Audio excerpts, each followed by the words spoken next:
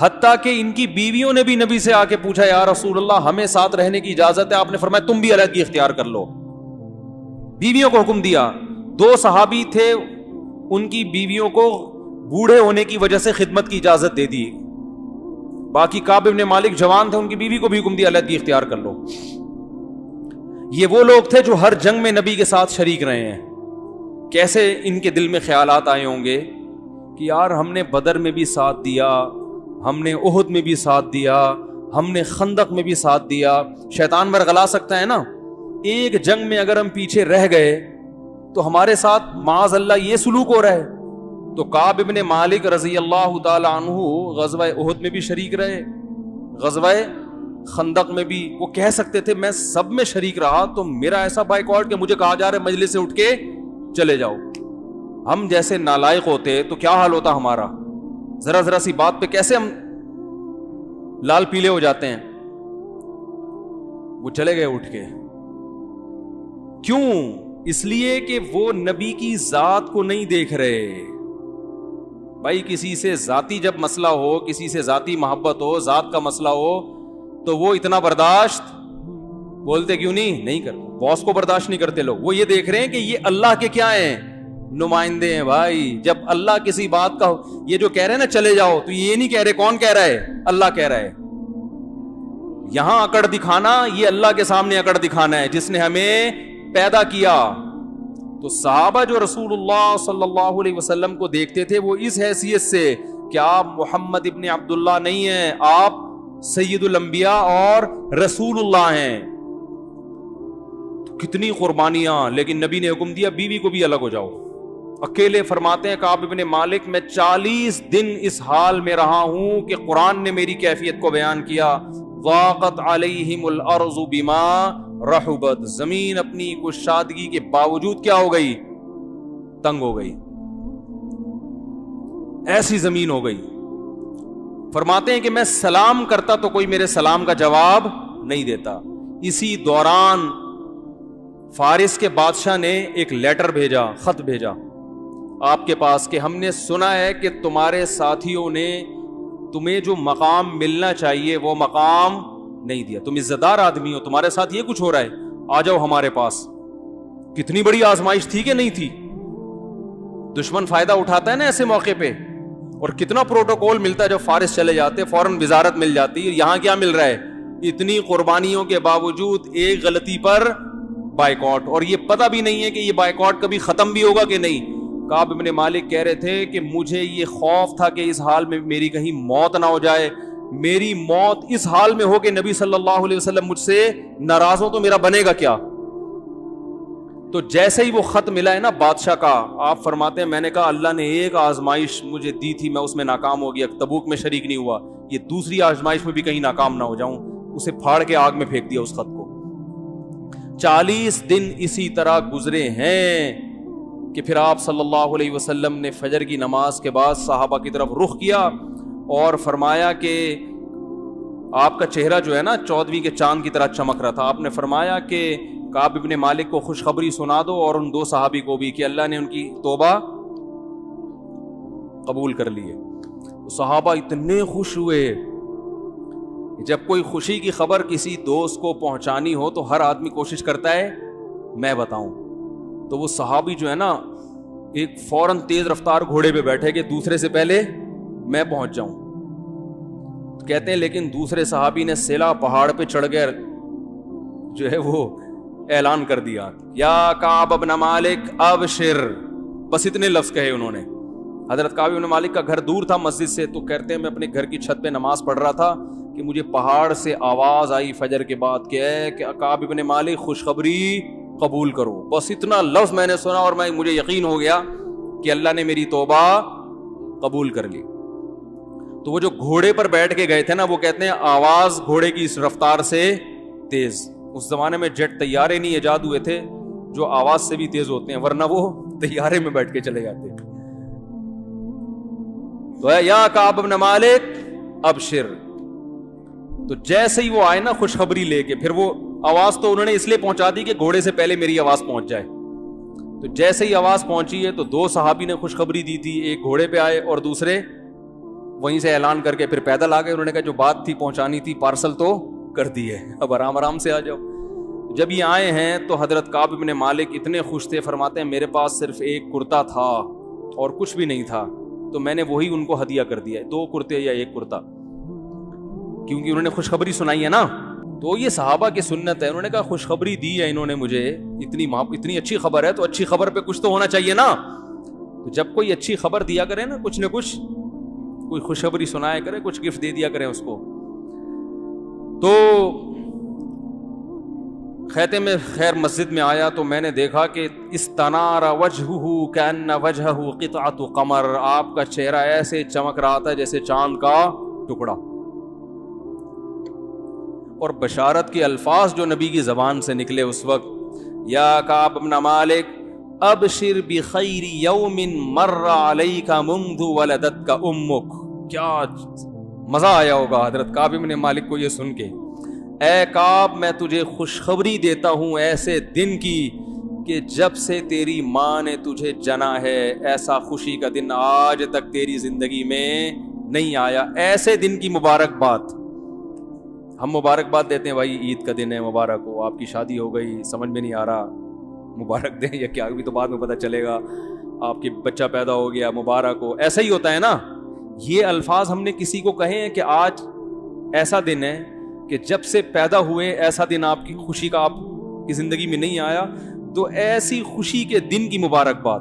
تو نبی کے الفاظ کیا ہیں, ابشر بخیر یومن, سب سے بہترین دن, یعنی خوشی کے لحاظ سے. ویسے تو بہترین دن وہ تھا جس دن آپ نے اسلام قبول کیا نا, خوشی جس دن سب سے زیادہ ہو رہی ہے. آپ نے فرمایا جب سے تمہاری ماں نے تمہیں جنا ہے ایسا خوشی کا دن تمہاری زندگی میں نہیں آیا, اس دن کی مبارکباد قبول کرو. تو اب جو میں بتانا چاہ رہا ہوں نا, اتنا لمبا واقعہ میں نے جو کھینچا ہے, آگے سنو جو میں سمجھانا چاہ رہا ہوں کہ اسلام میں سب کچھ کیا ہے, اللہ پیغمبروں کو بھیجتا ہے اپنے انٹروڈکشن کے لیے. اللہ چاہتا ہے سب کس کی طرف آئیں, ففروا الی اللہ, اللہ کی طرف دوڑو. اللہ کے سوا کسی ذات کو مقصود بنا لو گے اللہ کو پسند نہیں ہے. اور یہی نبی صلی اللہ علیہ وسلم نے اپنی امت کا ذہن بنایا, اور قرآن بھی یہی کہتا ہے. تو اب دیکھو کیوں نبی کی ٹریننگ کیسی تھی, صحابہ کو کیسا نبی نے, یہ جو فلسفہ میں آپ کو بتا رہا ہوں یہ رسول اللہ صلی اللہ علیہ وسلم نے صحابہ کو کیسا دماغ میں ان کے اتارا تھا. جب نبی نے یہ خوشخبری سنائی ہے, ابشر بخیر یوم مر علیک منذ ولدتک امک, اے کعب تیری ماں نے جب سے تجھے جنا ہے اس دن سے لے کے آج تک تیری زندگی کا جو سب سے خوشی کا دن ہے اس کی خوشخبری قبول کر, اس کی مبارکباد قبول کر. تو فوراً کعب بن مالک نے کیا کہا ہے, امن کا ام من عند اللہ, یا رسول اللہ یہ خوشخبری آپ اپنی طرف سے دے رہے ہیں یا اللہ کی طرف سے؟ نہیں آ رہی بات, کیونکہ میں نے جو 40 دن ٹینشن اٹھائی ہے یہ کس کے لیے اٹھائی ہے, اللہ کے لیے. کیونکہ میں اگر آپ کو راضی کرنا چاہتا تو جیسے منافقین نے اس وقت گھمائی باتوں کو میں بھی گھما لیتا تو یہ ٹینشن ہوتی نہیں. یہ تو ہم سب کس کے لیے کر رہے ہیں, تو یہ خوشخبری مجھے اس کی جو ہے نا کنفرمیشن چاہیے, مجھے اس کی تسلی چاہیے. حل من کا ام من عند اللہ, یہ جو آپ بشارت دے رہے ہیں آپ نے مجھے معاف کیا ہے یا اللہ نے کیا ہے؟ بھائی دو جہتیں, نبی بھی تو ناراض ہو گئے تھے نا. تو کعب بن مالک کے دل میں خیال آیا بھائی ابھی اللہ نے تو ہو سکتا ہے توبہ قبول نہ کی ہو, اس کے لیے الگ سے. نبی جو ذاتی طور پر بھی تو ناراضی ہوتی ہے نا انسان کو. بھئی آپ صلی اللہ علیہ وسلم جنگ کے کمانڈر ہیں, امیر ہیں, خلیفہ ہیں, اس حیثیت سے بھی تو انسان ناراض ہوتا ہے. تو ہو سکتا ہے اس حیثیت سے آپ ناراض ہوئے ہوں اور آپ اب خوش ہو گئے ہوں. تو جو اصل مسئلہ تھا وہ تو اب بھی کیا ہے, اٹکا ہوا ہے. تو فوراً یہ سوال کرنا, دیکھو ہوتا کیا ہے, نبی صلی اللہ علیہ وسلم یوں فرماتے کہ ابشر بخیر یوم, سب سے بہترین دن کی مبارکباد قبول کرو. آپ فرماتے یا رسول اللہ قبول کی, خوش ہوتے یا رسول اللہ آپ دعا فرمائیں اللہ نے آپ کو راضی کر دیا مجھ سے. اب تھوڑی دیر کے بعد پوچھتے یا رسول اللہ میں ایک اور بات آپ سے پوچھنا چاہتا ہوں کہ آپ تو مجھ سے راضی ہو گئے ہیں, اللہ بھی ہوا ہے کہ نہیں ہوا؟ یہ تھوڑی دیر بعد بھی تو ہو سکتا تھا نا. کعب بن مالک کو نبی نے کیا فرمایا, خوشخبری قبول کرو. تو ایسا لگتا ہے فوراً جب کہا نا من کا من عند اللہ, اس کا مطلب ان کے دماغ میں بس ایک چیز سوار ہو گئی تھی کہ کس کو راضی کرنا ہے, اللہ کو. اس لیے فوراً پوچھا یا رسول اللہ یہ خوشخبری آپ کی طرف سے ہے یا اللہ کی طرف سے؟ نبی نے فوراً جواب, نبی بھی غضبناک نہیں ہوئے. تو خیر رسول اللہ صلی اللہ علیہ وسلم سے فوراً کعب بن مالک نے پوچھا یا رسول اللہ امن کا ام من عند اللہ, یہ جو خوشخبری آپ دے رہے ہیں کہ ایسا دن میری زندگی میں کبھی بھی نہیں آیا, اس دن کی مبارک بات جو آپ دے رہے ہیں یہ مبارک بادی آپ کی طرف سے ہے یا اللہ کی طرف سے؟ آپ نے فرمایا لا بل من عند اللہ. آپ اور خوش ہوئے, فرمایا نا نا نا میری طرف سے نہیں بلکہ کس کی طرف سے؟ اللہ کی. یعنی گویا بزبان حال بتایا کہ میں بھی جو اتنا خوش ہوں اس لیے کہ کس کی طرف سے بشارت ہے؟ اللہ کی طرف سے. جب اللہ خوش ہو گیا تو میں کیوں خوش نہیں ہوں گا؟ سمجھ میں نہیں آ رہی, میرا خیال ہے. تو کعب ابن مالک کہتے ہیں میں نے یہ عزم کیا کہ میں, اچھا اب دیکھو خاندانی لوگ تھے نا, وہ جو خوشخبری سنانے کے لیے آ رہا ہے اس کو بھی ہدیہ دے رہے ہیں, اور جب نبی سے تصدیق ہو گئی کہ اللہ نے وہی نازل کی, اور یہ سورہ توبہ میں یہ آیتیں ہیں وعلی الثلاثۃ الذین خلفوا, اللہ نے ان 3 کی توبہ بھی قبول کر لی. تو کعب بن مالک کہتے ہیں میں سوچ بھی نہیں سکتا تھا کہ اللہ میری توبہ کو قرآن کا جز بنا دیں گے, قرآن کا جز بنا دیں گے جو ہمیشہ پڑھا جائے گا. دیکھو حضرت کعب بن مالک کو اتنا پروٹوکول کیوں ملا ہے قرآن کی طرف سے, یہ سمجھنے کی چیز ہے. جو غلطی کرتا ہے اس کو تو پروٹوکول نہیں ملنا چاہیے نا یار. کاش یہ باتیں سمجھ میں آ جائیں یار. آج پورا معاشرے کے فالٹ ہی یہی ہے, معاشرے میں فالٹ ہی یہی چل رہا ہے مارکیٹ میں.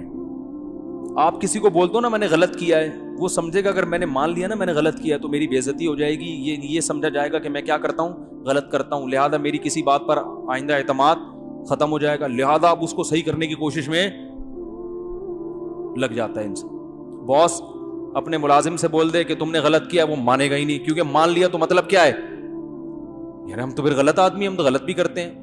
باس نے غلط کیا, کسی نے کہا کہ سر آپ یہ غلط کر رہے ہیں, وہ مان لے گا میں نے غلط کیا, تو نتیجہ کیا نکلے گا؟ وہ سمجھے گا کہ میری بےزتی ہو جائے گی, میری بےزتی ہو جائے گی تو پھر میرے اعتماد ختم ہو جائے گا, اعتماد ختم ہو جائے گا تو وہ یہ تو بندہ ہی ٹھیک نہیں ہے, جب بندہ ہی ٹھیک نہیں ہے تو میری کوئی بات پھر تو ہر بات ہی غلط ہوگی. تو وہ کہتا ہے نہیں میں نے غلط نہیں کیا. اور میاں بیوی کا تو صبح شام سیٹ اپ ہی یہی ہے. شوہر بیوی کو بولے تم نے غلط کیا, مان لے گی؟ ہو ہی نہیں سکتا. میں غلط, اور بیوی شوہر کو بولے تم نے غلط کیا ہے, وہ پہلے سے اعتراف کر کے بیٹھا ہوا ہوتا ہے میں نے کبھی صحیح بھی کیا ہے, یعنی مطلب وہ بھی نہیں مانتا. پہلے میں نے صحیح کہا تھا اب تھوڑا سا چینج کر رہا ہوں اپنا بیان, وہ بھی نہیں مانے گا. اور حقیقت ہے نہیں مانتے, چینج نہیں کر رہا, حقیقت بیان کر رہا ہوں, واقعی نہیں مانتے. ہمارے پاس کیس آتے رہتے نا, اپنی غلطی کمبخت کوئی سننے کے لیے تیار نہیں ہے, ماننا تو دور کی بات, ماننا تو دور کی بات. تو دیکھو یہاں حضرت کعب ابن مالک سے غلطی ہوئی, پروٹوکول اتنا ملا کہ قرآن میں ان کے لیے آیتیں اتر گئیں کہ تم 3 کی توبہ اللہ نے قبول کر لی ہے. ایسا اتنی عزت, 3 سارے جانتے تھے یہی 3 ہیں. کتنا خوش ہوئیں گے, ہمیشہ تراویح میں قیامت تک ہمارا نام لیا جا, ہمارا تذکرہ ہوتا رہے گا ہمیشہ. کتنا خوش ہوئے ہوں گے وہ. یہ اتنا پروٹوکول غلطی کرنے کی وجہ سے نہیں ملا, غلطی تسلیم کرنے پر ملا ہے کہ غلطی کی جو سزا ہے اس کو کیا کیا جا رہا ہے, ایکسپٹ کیا جا رہا ہے, قبول کیا جا رہا ہے. اسی کو نبی صلی اللہ علیہ وسلم نے بیان کیا, یا بنی آدم کلکم خطاؤن, اے بنی آدم اللہ فرماتے ہیں تم میں سے ہر شخص غلطی کرتا ہے, وخیر الخطائین التوابون, سب سے بہتر غلطی کرنے والے وہ ہیں جو توبہ کر لیں.